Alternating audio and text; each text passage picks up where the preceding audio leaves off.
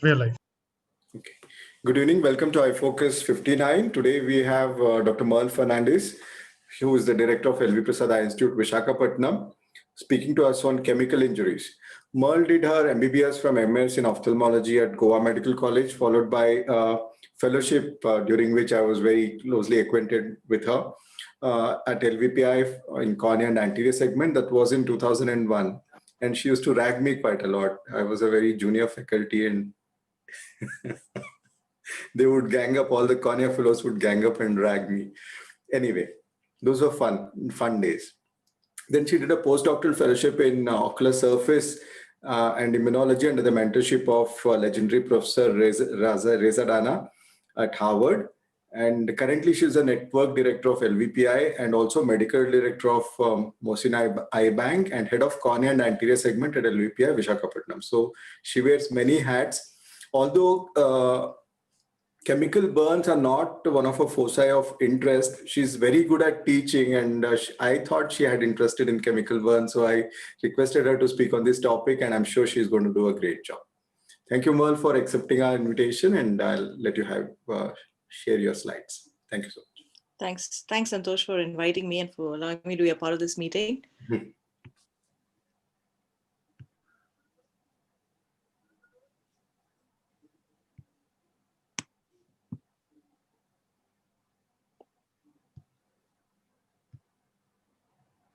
So are my slides visible? Yes.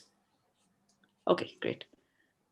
So, I'm going to be talking about chemical injury. And at the outset, I'd like to confess that my talking speed is like around 120 words a minute. So if you kind of lose track, just stop me and tell me to slow down, okay? This is a force of habit, unfortunately. I have no financial disclosures, though I wish I did. And the main objectives of this talk are going to be on the emergency management of acute chemical injury, the classification of chemical injury, medical and surgical management of acute chemical injury, and the management of sequelae.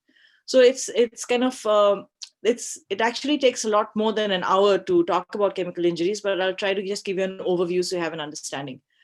And this is one of the true ophthalmic emergencies that we have. And so the immediate management is basically what and how should we handle a case that presents to us. So it's important to do a thorough wash right at the site of the injury. And many industries and factories have got these emergency showers and emergency eye washes where it's possible to get the wash done immediately at the time of the injury itself. But the question is, which solution do you use, how do you do it, and for how long? So question now for Saloni or somebody who's in a hot seat, which solution would you prefer? Tap water, diphoterin, plum solution, balance salt solution? Ma'am, at the site of injury, whatever is available should be used. We can use tap water, but out of these, I think option B is the best, diphoterin, but it is more expensive and not available everywhere. Correct. Okay. I don't think I know the names of the other people in chat box because I can't see the chat names anymore. But anyway, I'm going to go on. So when you're looking at what kind of a solution that has to be used, basically it's a solution whose osmolarity is more than what is then compared to the cornea. And the problem with tap water is that it's hypotonic and therefore tends to cause an increase in the corneal edema. The other kind of solutions that we have available are normal saline, ringer lactate, balanced salt solution, buffered phosphate and buffered borate. Problem with the buffered solutions, particularly phosphate, is that it tends to chelate calcium and cause calcium precipitates on the surface, and they also generate a bit of heat. And so therefore polyvalent amphoteric solutions, which we mentioned, that is diphoterin, is actually preferred as a solution that can be used to tackle both acids and alkalis. So when you look at these amphoteric solutions, they are polyvalent and they're hypertonic. They tend to bind to both the alkalis and the acids. And the advantage is that they don't create any heat as compared to the buffering solution. So this was first manufactured or discovered in France, a lab known as Prevor Environment. And they're the ones who've been marketing this diphoterin solution that is available for wash. So if you look at the osmolarity of all these substances, right? So now this is the aqueous humor, which is around 304, the stroma, which is around 420. And you can see that normal saline, phosphate buffer, they're all less than that. And therefore, because they're hypotonic, the fluid tends to get absorbed into the stroma. While diphoterin, on the other hand, is around 820, with the pH is almost, which is equal to that of water. And so therefore this is extremely effective. But then in the absence of that, and of course, BSS is also expensive for us. So RL is what we can use as a solution when the patient comes to us in the hospital. So when you look at these, which of these do you think is more effective? Is it tap water better than RL, better than BSS, or diphoterin better than RL or NS or BSS, or diphoterin better than BSS, RL, NS, or phosphate buffer better than diphoterin? So which of the choices do you think is the most appropriate? Ma'am, choice B. So no, actually it's choice C, because diphoterin is better than BSS and ringalactate is better than SS. So it's actually choice C. So if you had an option, you would choose either of those in that descending order. Okay, so now how do you go about doing this? And this is something that we should all learn, because patients present to us in our clinics all the time. And what you can effectively use is an IV set, which is connected to an RL bottle.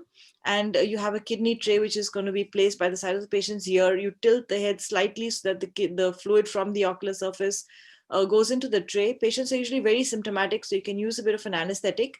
And it's important to use a speculum so that they keep their eyes open while the whole process is being done. And also at the end of it all, to try and evert and double evert and make sure that everything is removed. There's something known as a Morgan irrigating contact lens. I've not had the chance to use this, but this is like a Boston K-Pro lens, sorry, not the Boston K-Pro, but the Pro's lens. It's actually a very large lens just connected to an IV tubing. And this allows the fluid to irrigate on the surface, and then it gets washed out of the eye. So this is what we can use.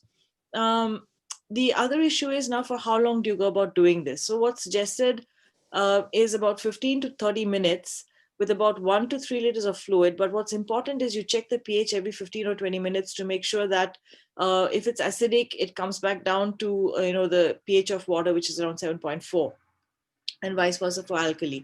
So you keep testing with the pH. So most of the time we don't actually have access to these pH strips, and therefore if you irrigate for about 30 minutes, it should be enough. So we use 1 pint usually, or even 1 up to 3 pints, depending on the severity of the injury that you have. So after that initial wash, then it's important to go into the history. So you don't waste time asking them, what happened and what was done. The history is actually taken later. So you start with the wash, and then you go down to the details of what exactly happened, whether it was irrigated at site, whether they visited an ophthalmologist, whether the ophthalmologist irrigated at that place. And then once it reaches you, because we are in a tertiary center, so it kind of is the third refill by the time it comes to us. So we get all these details down, and you need to know what is the nature of the chemical, how it entered the eye, whether it was a thermal injury as well, because sometimes they get exposed to thermal as well as chemical. And then determine what is the type of chemical, whether it's an acid or an alkali. And then you proceed to do a slit lamp examination, do a fluorescein stain, and if it's a child, you might have to do an examination under anesthesia. Now, while doing the slit lamp examination, so you can appreciate that this eye actually looks completely blanched. So it's important to assess the blood flow in the vessels in the perilimbal area. Sometimes you may appreciate a lot of vessel dropout. The entire area may be white, as you can see here, or you have to look for any stasis of flow in the blood vessels, look for any conjunctival epithelial defects. Look at the cornea for epithelial defects, the appearance of the iris, whether you can actually visualize it or not. Look for any deposits of chemical that you can appreciate here. Evert the lids, look for chemical there, because it's very important to get rid of all this chemical at the first instance itself. And then I'm going to take you to how common these injuries are. So we have to understand that of all the ocular injuries that present to us, this would be about a fifth of all the injuries that we see in the emergency. And in children who present to us, it's usually a result of a domestic, usually happening at home. While if it occurs in older adults, then it's usually a workplace injury.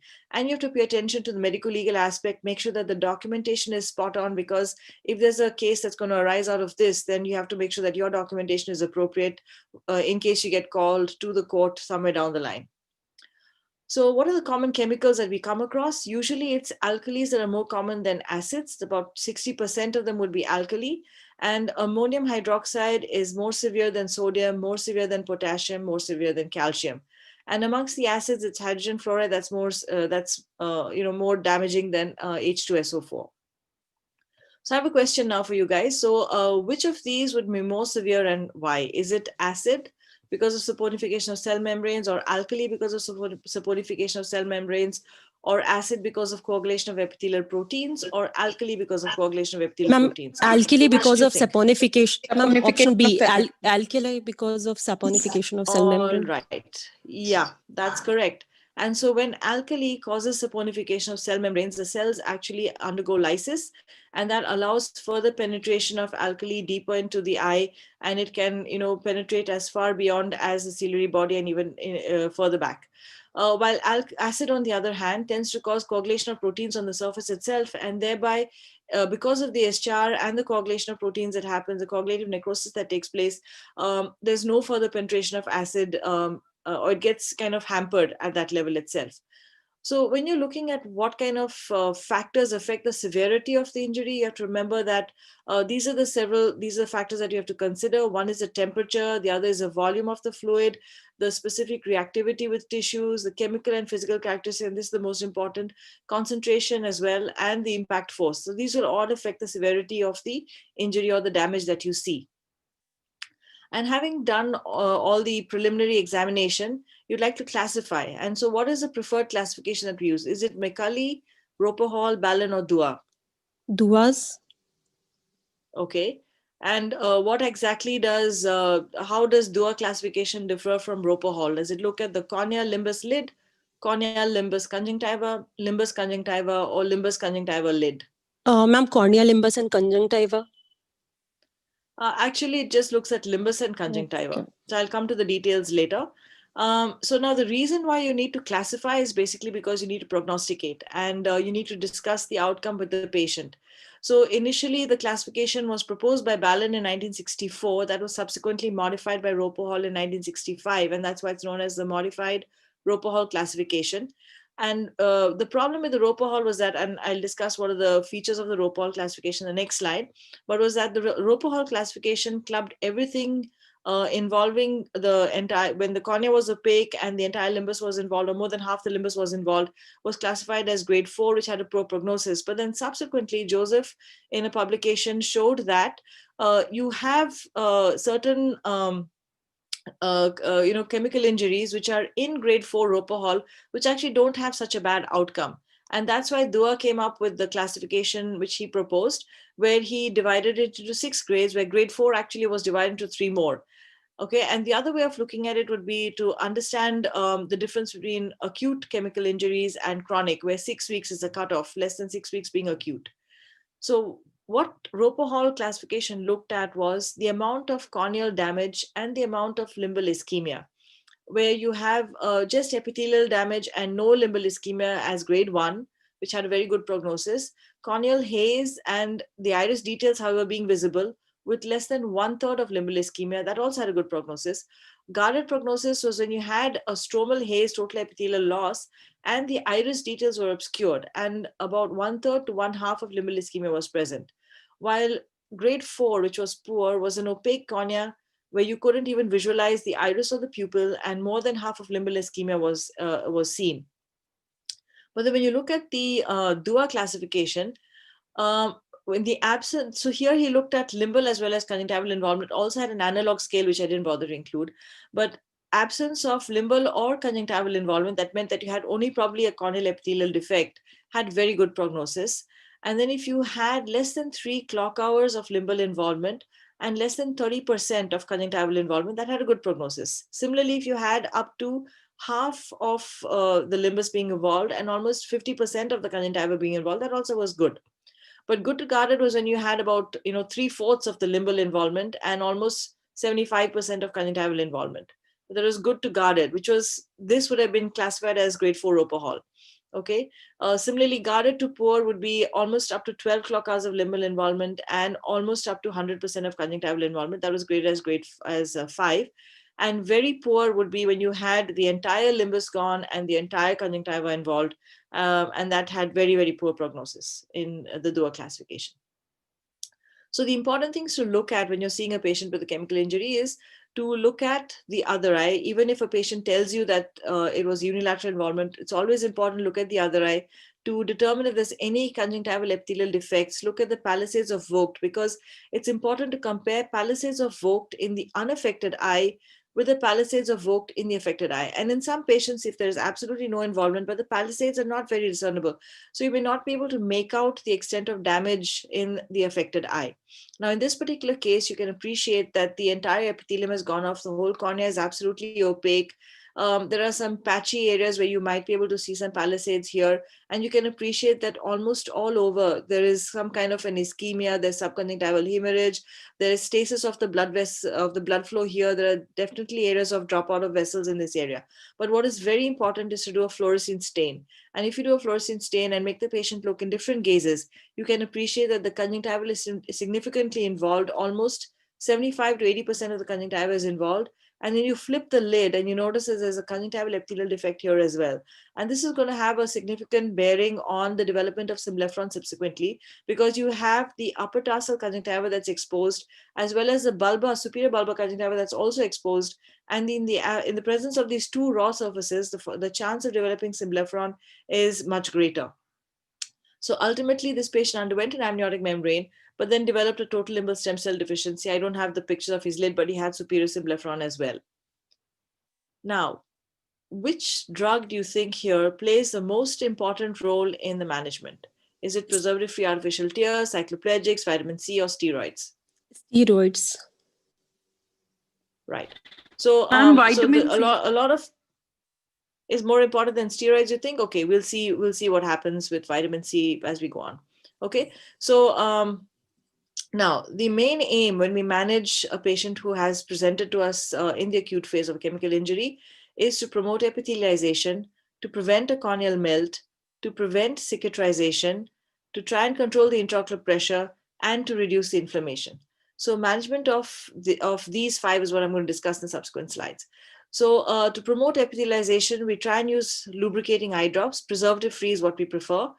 And these three, that is fibronectin, which promotes wound healing, epithelial or epidermal growth factor, which hastens epithelialization and also has an effect on keratinocyte proliferation, as well as retinoic acid, which converts limbal stem cells to transient amplifying cells and also has an effect on the epithelial growth and differentiation, have been touted to be effective in promoting epithelialization, but there isn't enough data on humans. It's more of research work that's been done on these three, and therefore it's not commonly being used in clinical practice. And so what do you think is the role of vitamin C? Does it help in reducing inflammation? Does it promote epithelial healing? Does it prevent collagenolysis, or does it promote collagen synthesis? Which promotes collagen synthesis? Collagen synthesis. Right. Okay. And how does it do that? Okay. So what we can use is ascorbate. So now what you have to remember is that when you have a chemical injury, and this most commonly happens with alkali because it can penetrate all the way up to the ciliary epithelium, is that there's damage to both the ciliary epithelium as well as vascular damage. And that results in a decrease in the concentration of aqueous humor ascorbate, which then causes or affects the production of collagen. So it decreases the fibroblast collagen synthesis. So when you increase the levels of ascorbate, this is then going to promote collagen synthesis. What has been recommended is 10% topical ascorbate every 2 hours, and we usually give oral vitamin C 500 milligrams 4 times a day. Now, topical ascorbate is not freely available in local pharmacies, so it's a little challenge. So what we've been using is oral vitamin C 500 milligrams 4 times a day. Now, the tetracyclines have also been used because they inhibit matrix metalloproteinases and therefore have an anti-collagenollytic effect. So you can use either topical and oral tetracyclines. The other drugs that have been used are collagenase inhibitors like N-acetylcysteine, which affects the degradation of collagen that happens. So this is something else that can be used, though again, not very freely available. But again, the mainstay of reducing inflammation is anti-inflammatory drugs like topical steroids. And this is extremely crucial. So now there is a belief that if there's an epithelial defect, we should not actually use topical steroids, but these are crucial for management of chemical injury. And without the steroids, inflammation is going to cause significant amount of damage to the ocular surface. So in the first 1 week, what they do is they reduce the PMN, the polymorphonuclear, the neutrophil infiltration, and they also stabilize the cell membrane, preventing the release of cytokines. But after 1 week, they do inhibit epithelialization and affect collagen synthesis. So therefore, we should try and decrease the frequency after 1 week. But what we could also do is switch to progesterone steroids like medroxyprogesterone acetate, which has got an effect, which has got a lesser effect on stromal repair as well as on collagen synthesis. Though again, there is not much data which looks at the combination of both topical steroids and MDPA in chemical injuries to understand the beneficial effect of this in preventing corneal melting, which topical steroids are purported to have. So now the other drugs that we could use would be drugs like sodium citrate, which again also affects the PMN infiltration and also tends to chelate calcium and magnesium. This can be used every 2 hours, but its effect is not as much as the steroids. And NSAIDs have also been used to decrease inflammation, but we have to be a bit careful with NSAIDs because they tend to promote corneal melting. The other adjuvants that we can use are cycloplegics, anti-glaucoma medication, prophylactic antibiotics, and here again try to use preservative-free drugs because you want to reduce the toxicity on the ocular surface as much as possible. There have been a lot of publications on the use of biologic substances. I'm just going to name them and not go into the trials in great detail, but 20% autologous serum has been used, as well as umbilical cord blood serum, platelet-rich plasma, and even amniotic membrane suspension. So now these all have several growth factors which are useful in promoting epithelialization. The only issue is that you have to maintain the cold chain for all of these, and therefore sometimes it might be a bit challenging for our patients to do that. And if they tend to get contaminated, being protein-rich substances, so we have to be careful when we're dispensing these. Moving on now to the surgical management. So there are various modalities that we can use. One is debridement. Basically, when you have material that's stuck on the surface, you can use amniotic membrane transplant. You can do a tenonplasty. Sometimes for males, we may have to use tissue adhesive and alloslet, that is a simple epithelial transplantation with the use of allogenic tissue. So this was a patient who presented to us with a chemical injury in the left eye, and he had a tuna injury. And you can notice that he has a large epithelial defect here. I don't have the fluorescein stain of the inferior bulbar conjunctiva, but he has a plaque of tuna that's stuck on the cornea here. So he was posted for an amniotic membrane, and unfortunately, the plaque was left behind. So this is a bandage contact lens with an air bubble underneath, and you can see an amniotic membrane that's been draped on the entire cornea. But unless we remove this whole plaque, this is going to continue to leach chemical into the eye and cause ongoing inflammation and further destruction of the tissues. So therefore, he had to be taken up for a repeat procedure. We did a superficial keratectomy and then put a multilayered amniotic membrane to cover the defect that was created by the removal of the chemical that was embedded in the stroma. You can appreciate that there are a few dots of chemical that are still there, but sometimes we are unable to remove all of them. And so this patient was put on topical steroids with vitamin C with doxycycline. And subsequently, this was about, I think, 2 weeks down the line, where his vision is now 20/60, 20/40. And it's important to note that the changes that you see in a patient with chemical injury are kind of evanescent. So you can appreciate that there is some limbal ischemia here as well as here, which was not actually appreciable on the first day. So these patients have to be examined regularly, and sometimes you may revise your grading based on what you see at subsequent visits. So finally, this is about, say, I think 3 months down the line, where you can appreciate that he now has partial limbal stem cell deficiency, but he's got 20/20 vision. So he's just being monitored. If this progresses and is threatening the visual axis, we're taking serial photographs to understand what's going on. Then he would have to undergo a SLET. But until that time, we can just keep him under observation. Now, what's the role of amniotic membrane? So there are several studies that have looked at the role of amniotic membrane, and it works well for grade 2 and grade 3 Ropohol. But then there was a paper that came out very recently by Ed Holland's group, where they looked at amniotic membrane for grade 4 Ropohol injuries. And what you do realize that when you use medical therapy alone versus amniotic membrane with medical therapy, you realize that there's hardly any difference in the epithelial healing time in days. You look at the mean healing time, it's almost the same. There's no effect on the vision either.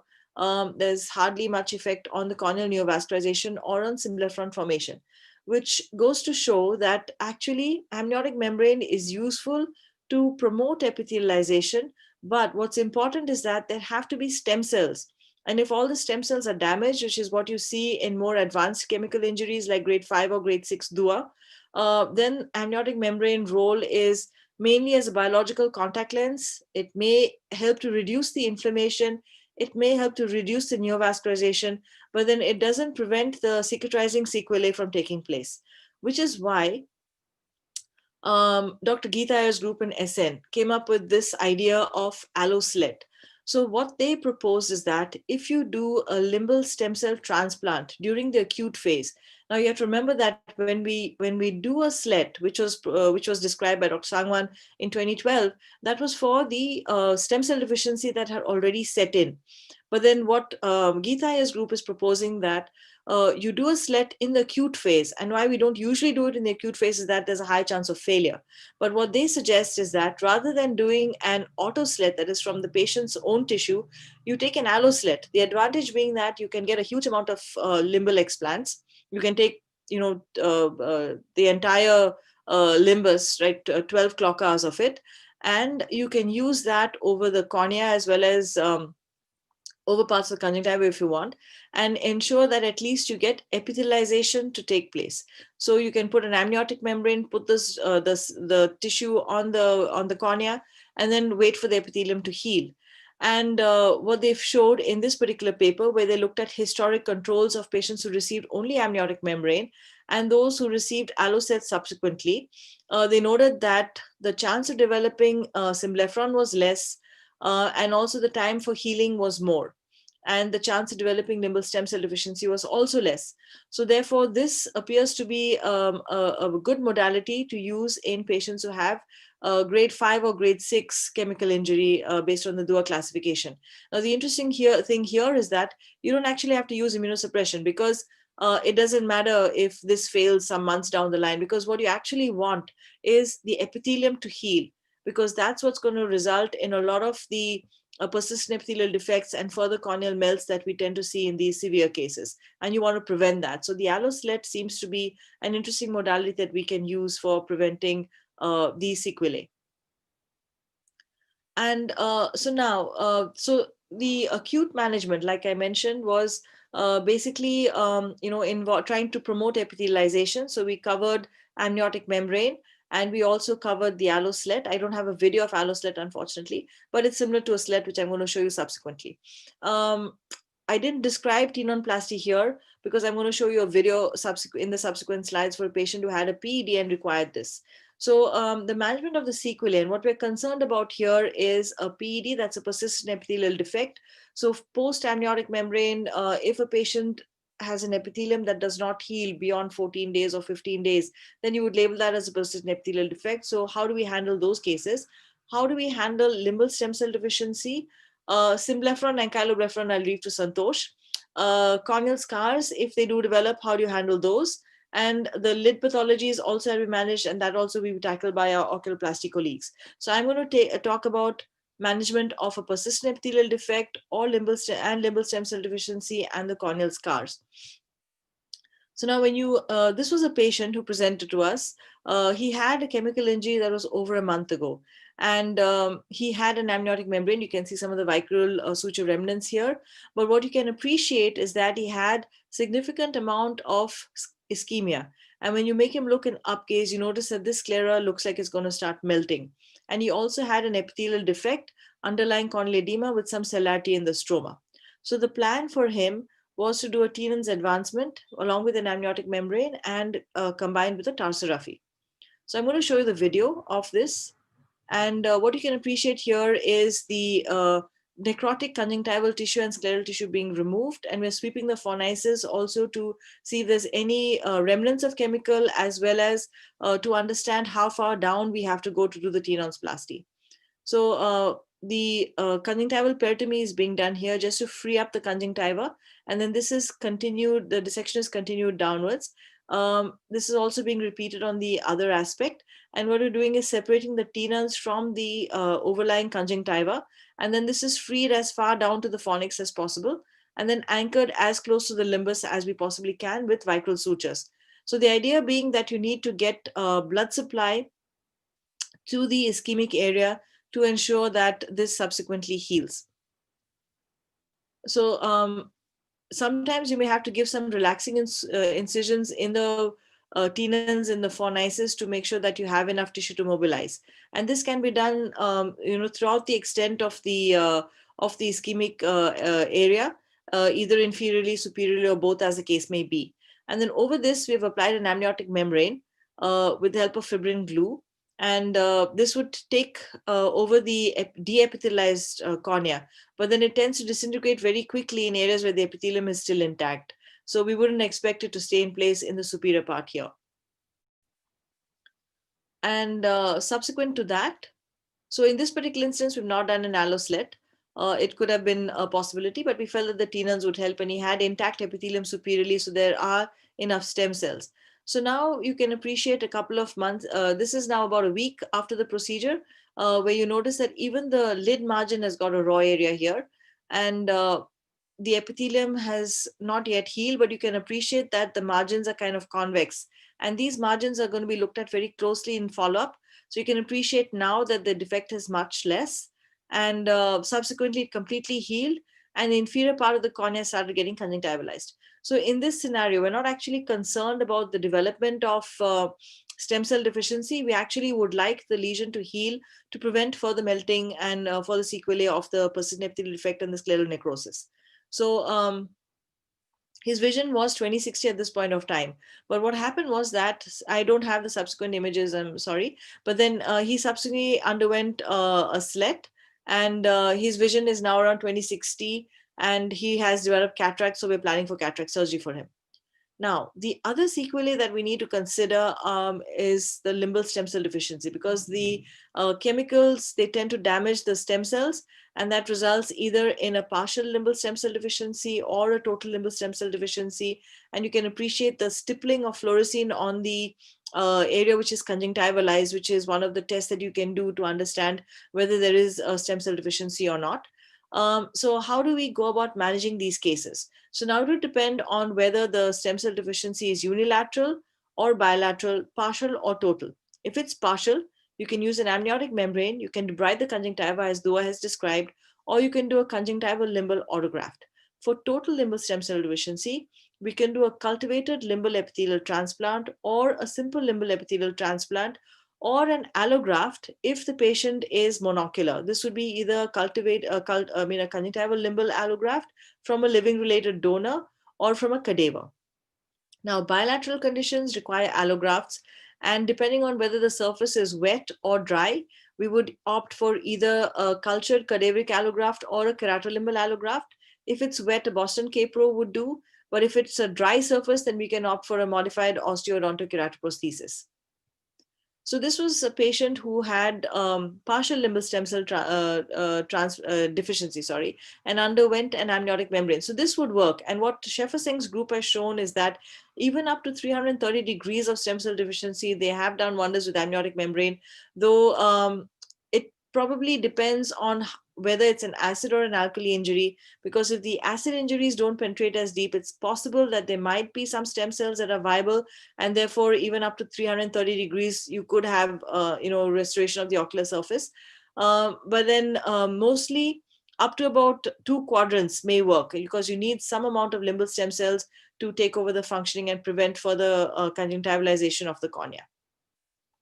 But what Dr. Dua's group described was something known as simple debridement, where what he proposed was that since the conjunctival epithelium tries to grow onto the cornea in an area where the limbal barrier has been disturbed, so he suggested that we should frequently, at intervals of almost every 2 days, debride this conjunctival epithelium to allow corneal epithelium from the periphery to grow and form the barrier. So you have to have, again, functioning stem cells for this to be effective. Now, cultivated limbal epithelial transplant is another procedure that can be done for patients with unilateral total limbal stem cell deficiency. And what we do is we take a limbal biopsy from the good eye, we place the limbal explants on amniotic membrane, culture that in the lab for about 2 weeks on amniotic membrane. It forms a monolayer, and then that is transferred onto the the conjunctiva that's been where the pannus has been removed. Subsequent to that, if there's a persistent scar, you can do a corneal transplant. So now, The problems with this obviously would be the need for an expensive laboratory, the need for a patient to visit twice. Sometimes the yield from this is not as good and it doesn't work so well. But data has shown that cultivated limbal epithelial transplants, are successful in almost 70 to 75% of cases. So this is a useful modality when you have access to the laboratory and you can appreciate the monolayer of cells and that is formed here. So there are different ways of cultivating the cells. And I won't go into the depths of that because it's beyond the scope of this talk. But suffice it to say that even if you don't, you don't, even if you don't airlift, you can just transplant a monolayer and it develops into the multi-layered corneal epithelium on the eye itself. So this is an example of a patient who had superior symblepharon as well as total limbal stem cell deficiency. And this is following a cultivated limbal epithelial transplant where you notice that there's just a focal area of limbal stem cell deficiency in the superior aspect, but he's managed to get good vision, following this procedure. But then because this was a cumbersome process, Dr. Sangwan came up with an idea where, you just do away with the lab. And from the good eye, you take a limbal explant, which is about a 2 by 1 millimeter piece of tissue, and cut that up into these multiple explants, remove this fibrovascular panel, which is on the cornea, place amniotic membrane with the help of fibrin glue, and place these explants in the mid-peripheral part of the cornea, and then cover the bandaged contact lens. They're secured in place or anchored in place with fibrin glue. So this he first published in 2012 and showed that was a proof of concept, that a paper that he published. And this work has been replicated all over the world. And we have several publications on the efficacy of this therapy for managing unilateral limbal stem cell deficiency. So I'm going to show you a patient, who had a chemical injury, and he underwent a symblepharon release with an MMG and an AMG a couple of years ago. And following that, he developed, this was his picture of the inferior fornix as well, which showed that, he had significant symblepharon in the lower fornix as well. And this was post the symblepharon release with the mucous membrane transplant and the amniotic membrane. His vision did improve to about 20/60. And this is the central cornea. But unfortunately, he had a recurrence of the stem cell deficiency, and subsequently his vision dropped. So this is when you look at him straight in primary gaze, you notice that he has got almost 3 quadrants of stem cell deficiency, and though it's not covering the central visual axis, he was kind of disturbed by the appearance of this eye, and so therefore he requested that we should do another surgery. He also had a recurrence of the symblepharon in the inferior fornix as well. So we went ahead with a simple limbal epithelial transplant as well as a conjunctival autograft from the other eye. So we harvested the limbal explant first, and then we dissected the conjunctival autograft from the superior bulbar conjunctiva, making sure that we took as little of the tenons as possible. So we spread it out over the cornea, made a mark because we're going to place this on in a bowl of DMEM while we're waiting for the procedure, and made some marks that we wouldn't reverse the tissue. And then began with the dissection from the limbus, trying to separate this fibrovascular pannus that had formed. And we did this 360 degrees and allowed the conjunctiva to fall back. Some of this tissue was excised, but in order to preserve the conjunctiva, quite a bit of it was left in place. And we removed the pannus, and you can notice that there's a very nice plane that's being formed because he had amniotic membrane earlier. And then we put fibrin glue on the cornea after debriding the epithelium, as you see. And then spread the amniotic membrane onto the bare sclera as well as onto the cornea. This was done superiorly as well as inferiorly. The conjunctival autograft tissue that we took was also placed in the superior and the inferior aspects of the bulbar conjunctiva. Here we're just mopping up the excess fibrin. Okay, so this is being cut in half. So we made these 2 pieces and we put them one above and one below in order to try and prevent the symblepharon from reforming in those areas. This was again anchored with fibrin glue. And then we put the explants on the cornea. So this is the lower part being done. So you're trying to spread this out, make sure that it covers a larger area. And these are the explants that are being cut up and being placed in the mid-peripheral cornea as well as in the periphery. So this can be done either with a blade or with a vanas. And then once you have them all in place, then you just put fibrin and thrombin over them to just make sure that they stay in situ. And then last of all, you put a bandage contact lens. So, so he did improve. His vision improved to 20/40 with a scleral lens. And this was the appearance in primary gaze. We have about 2 years follow-up on this patient right now, and he's doing quite well. Unfortunately, because of a bit of recurrence of the symblepharon in the superior aspect here, he has a mild ptosis, about a 2 millimeter ptosis. He's not happy with the cosmesis. You notice here that the symblepharon, which is actually formed beyond where we place the conjunctival autograft. So this kind of a substitute for the conjunctiva from the other eye, if it was a little larger, it would have probably averted this symblepharon from forming here as well. So this is one technique that we can use for using a slet combined with a conjunctival autograft, particularly when they have presence of symblepharon as well as limbal stem cell deficiency. Now, suppose it's a patient who has bilateral total limbal stem cell deficiency, then we can take conjunctival tissue along with limbal tissue from a living related donor. And sometimes you may take from both the parents if it's a child, or you just cover 6 clock hours depending on how much of tissue is available. And this also is pretty beneficial. You can appreciate this patient has undergone this procedure by taking the conjunctival tissue from this eye, from the relative. And even a corneal transplant was done subsequently and patient's vision was restored. There's some amount of partial recurrence, as you can appreciate, in the inferonasal aspect there. So in these situations, because you're doing an allograft, the patient has to be on systemic immunosuppression for a minimum duration of 1 year, otherwise the allograft tends to reject. And this tends to be a bit costly for our patients. They could be using either cyclosporin or mycophenolate mofetil or tacrolimus. But each of these drugs is expensive and requires investigations to ensure that they don't have any systemic side effects of either of them. The other possibility for bilateral total stem cell deficiency is keratolimbal allograft, where you use, it's K, sorry, not C, but you use a donor tissue, preferably a fresh donor tissue, and you do a transplantation of the stem cells from that. But it involves taking a part of the cornea. As you can appreciate here, these are the lenticules of the tissue that have been taken and sutured at the limbus. So this can also be done, and you can use these explants 360 degrees around the the recipient eye. The other possibility is to do a cultivated oral mucosal epithelial transplant, and the Japanese group actually has done a lot of work in this area. The only issue with this procedure is that it doesn't actually attain the corneal phenotype. It still remains a bit vascularized. So what we do is we take a bit of tissue from the buccal mucosa, we thin it out as much as possible. It's then sent to the lab where it is cultivated and then transplanted onto the ocular surface after removing the pannus, as you can appreciate here. And then, so it's important in this particular surgery, as you can appreciate, it's important to get a good plane of dissection so you can separate this well. And they usually have a good plane when they've had an amniotic membrane done prior. You can usually find the plane pretty easily if you're dissecting in the periphery.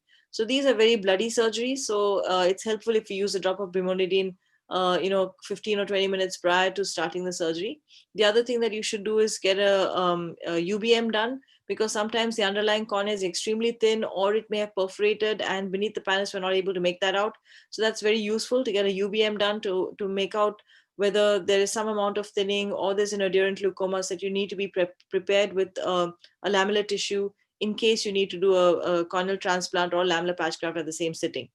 So the entire surface now is, the bed is all ready for receiving this cultivated oral mucosal epithelial transplant, also known as COMET. So we're putting some fibrin and thrombin here. This video is courtesy from Muralidhar. I've not had the opportunity to do this procedure because in Vizag we don't have the lab facilities for cultivating. But again, our group has actually stopped doing these because after SLED kicked in, we have not found the need for doing any of these cultivated procedures anymore. It's very rare that we do it, probably maybe for unilateral cases who require an allograft. So the fibrin and thrombin are being applied, and then last of all, you'll appreciate that the cultivated tissue is being applied onto the ocular surface. So that's what it is. And so these are very large, they look very thick, the explants that we're using here. So you have to make sure that you get the side right, and these are placed on the ocular surface, and that's anchored with fibrin glue. So I'm going to move on because the rest of it is pretty much the same. Now, the other possibility, now suppose you have total limbal stem cell deficiency in a bilateral case and you have a wet ocular surface, would be to do a Boston keratoprosthesis. There are two types. Type 1 is where the one that I'm going to show in this particular video, where you take a large graft, about 8.5 or 9 millimeters in size, preferably 9, because the backplate of the capro is around 8.5 millimeters in diameter, and the capro assembly is done by trephining the donor tissue to about 9 millimeters. You make a trephination in the center subsequent to that, which is 3 millimeters. It has to be right in the middle. And then you take the optic of the, okay, here we're just ensuring that it's full thickness. So you take the capro optic, that's the capro optic there, and you place that on the block. And then you place this tissue endothelial side up over that optic. And then you use the instrument to just press it down. You put the backplate over it. Now the backplate has got these multiple holes to ensure that the underlying tissue gets adequate nutrition from the aqueous. You press that down, then there's a titanium locking ring.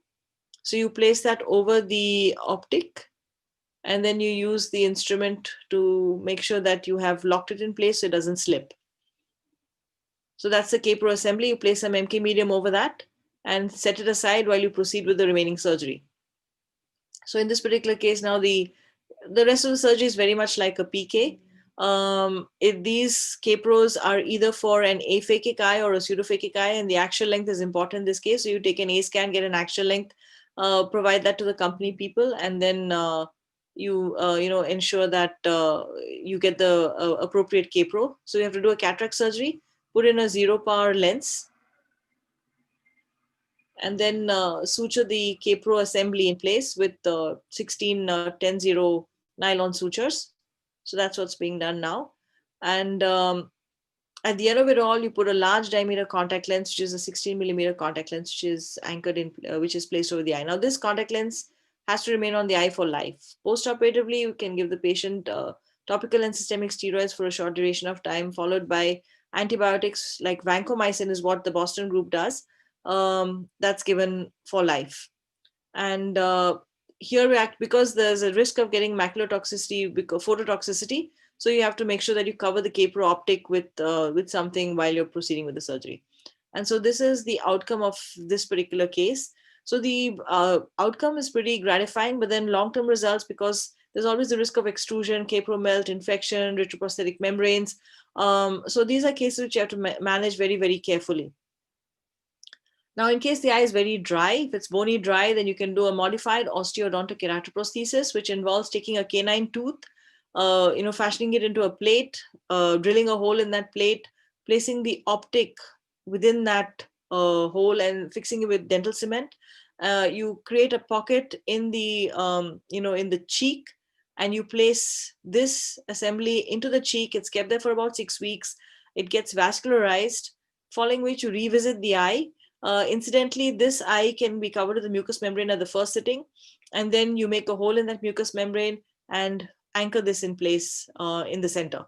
So it's quite an involved procedure. Each step of the surgery, Falcinelli's group, when they came to LVP and demonstrated us, it was done in 2 stages, each of which took about 7 to 8 hours. So it's a very, very involved surgery. The retention rates are definitely better than Boston Capro, ranging in his group has published about 85 to 90% retention rates. And so therefore it's very gratifying for the patients because, but they still could get infection. But it's a good procedure for patients who have bilateral problems. Though it requires a lot of, the labor involved is very, very intensive. And then subsequently you may be, left with a corneal scar. So often when we do a slit, what we've noticed is that over time, the cornea tends to clear up. And it's believed that this is because of the transplantation of mesenchymal stem cells along with the limbal explants that we've used. So therefore, they tend to clear up over time. But sometimes you are left with a corneal scar, which would then require a corneal transplant. So this is a patient who had total limbal stem cell deficiency. That was the first image that I showed you. Underwent a limbal stem cell transplant. This was a slit that was done, but the scar persisted. This was almost a year later, and finally underwent a corneal transplant. And this is his eye at this point of time. And he's enjoying about 20/50 vision at this point of time. So in summary, chemical injuries are true ophthalmic emergencies. What's important is, in this order, basically to wash the eye, to take a good history, to assess the condition, to prognosticate based on the classification that we've learned, and then to start treatment in order to reduce inflammation, promote epithelialization, and try and prevent cicatrization and the sequelae that we've seen. But the most important drugs that we have in our armamentarium are the steroids, because they play a very important role in reducing inflammation. And this is very important for us to understand. Though because of the chance that they could induce corneal melting, we should probably reduce the frequency subsequently. And what's been a game changer for us has been limbal stem cell transplantation, either SLET for the management of the LSCD, or AlloSLET for the management of epithelial defects in acute, in acute chemical injuries. Either way, limbal stem cell transplantation has been a game changer. Thank you very much for your patient hearing, and I'm ready to take questions if you have any. Thank you so much, ma'am. That was a wonderful lecture. And ma'am, there are actually so many comments appreciating your videos. They really enjoyed the videos a lot, ma'am. And there are a few questions, ma'am. Would you like me to take those questions for you, ma'am? Yeah. Okay, ma'am. Ma'am, there's a question on YouTube asking that will the residual tuna not cause worsening over time? Yeah, exactly. So it does, which is why you have to, try and remove as much of it as possible. But sometimes you may notice that there are these powdery granules in the stroma, and it's actually impossible to remove all of those. So what you have to try and do there in those cases is just keep them under close follow-up and make sure that you have the steroids going on, so that will reduce any inflammation that's caused by the leaching of chemical. But if there are large chunks definitely have to be removed, and from wherever they are. So if you have to evert the lid, double evert, do all that you can to remove everything possible from the ocular surface. Yes, ma'am. I think double aversion is a very important point, and I think it's often forgotten. Yeah, because patients are actually in pain, so it's a little difficult for us to do it. Or the lid may be, thickened, and we're not able to, evert. But I think under anesthesia, we should try and do as much as we can to remove everything. Okay, ma'am. The other thing we should do is also remove the necrotic tissue. And probably you should be able to see some bleeding.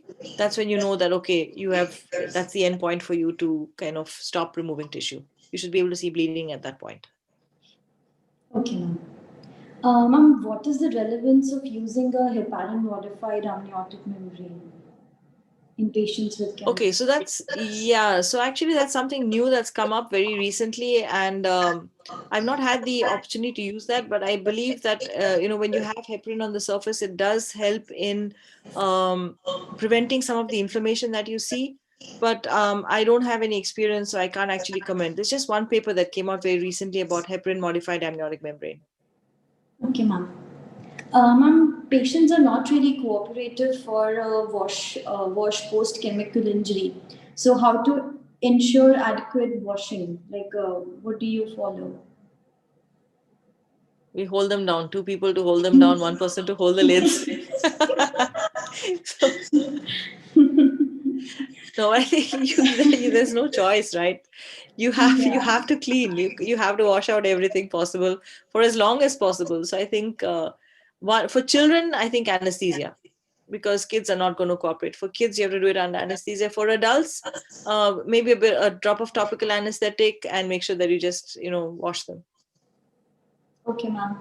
Ma'am, there's a question by one of the hot seat participants. She's asking if no residual tuna and after good wash and on slit lamp examination there is no limbal ischemia, then what are the chances of developing limbal ischemia on further visits?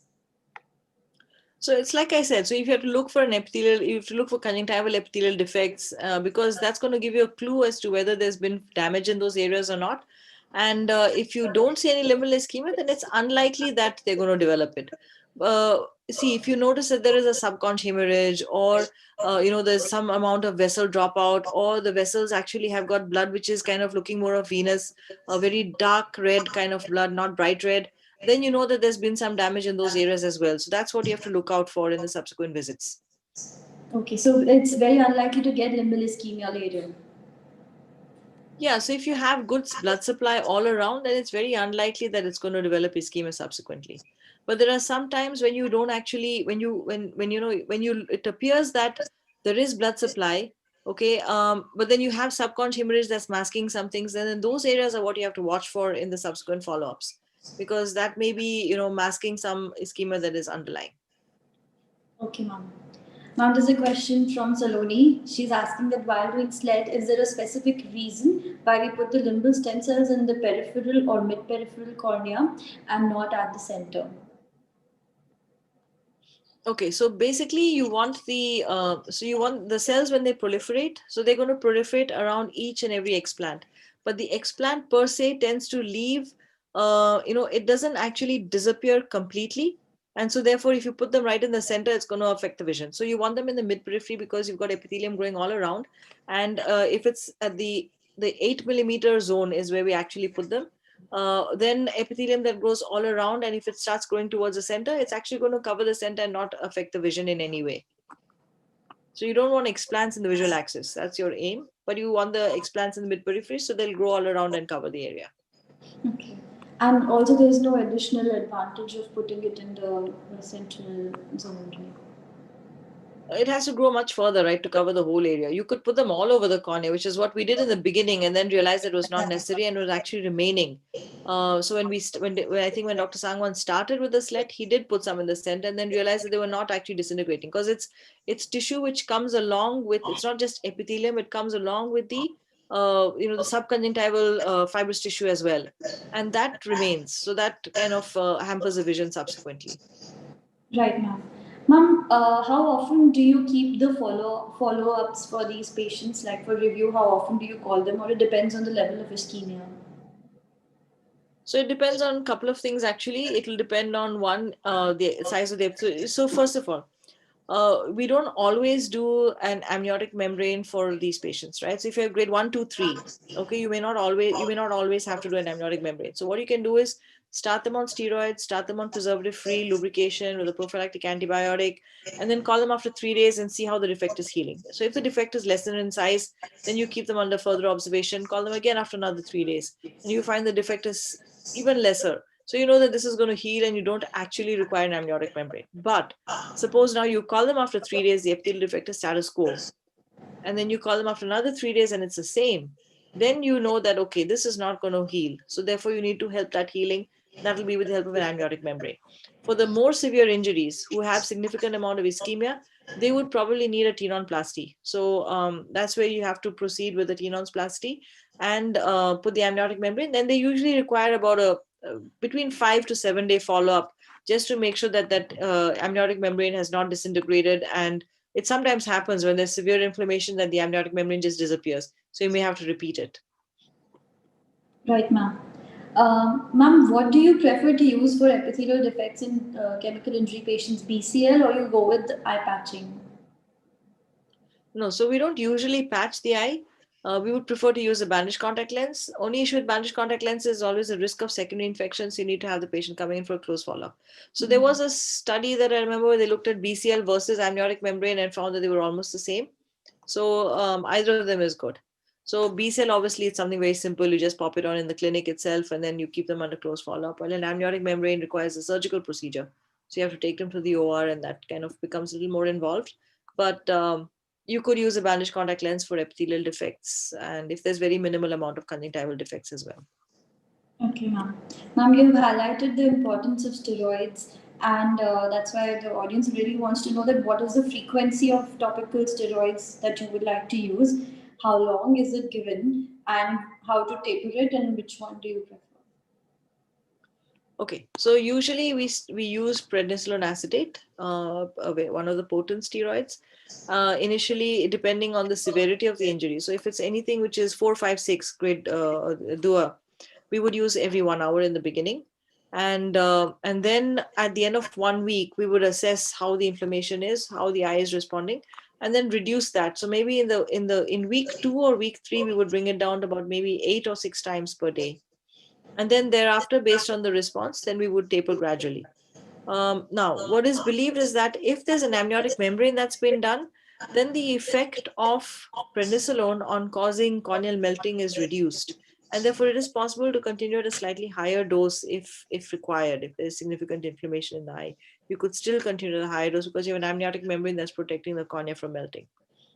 And if it's grade 1, 2, 3, then probably you could get away with just 8 or 10 times a day of steroid, and then taper it once it starts healing. Right, ma'am. Ma'am, there are 2 questions about preparation of eye drops. So they want to know about how to prepare vitamin C eye drops and as well as sodium citrate eye drops.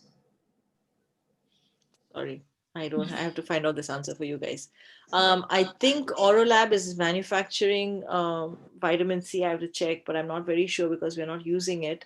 What we prefer to use is oral vitamin C, the dose that I mentioned, 500 milligrams 4 times a day. But topical citrate, I'm sorry, I'll have to get back to you guys on this one. Yes, ma'am. Ma'am, if you want, I can convey it to them later. That's not a problem. Yeah. Yes, ma'am.